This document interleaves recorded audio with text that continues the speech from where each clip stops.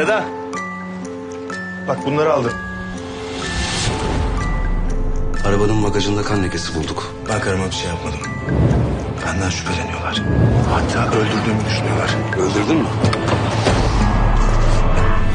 Ben artık gerçekten dayanamıyorum bu kadına.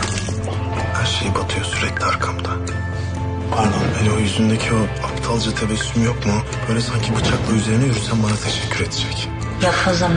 Fakir olan zengin kızla evlenir. Sonra kendine bir sevgili yapar. Ne paradan vazgeçer ne de sevgiliden.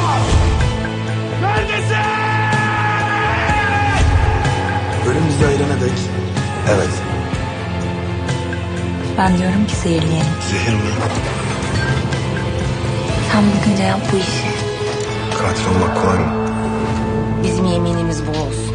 Ölüm bizi ayırana dek. Asla ayrılmayacağız. Tehlikeli Karım. Pazar akşamı Show TV'de başlıyor.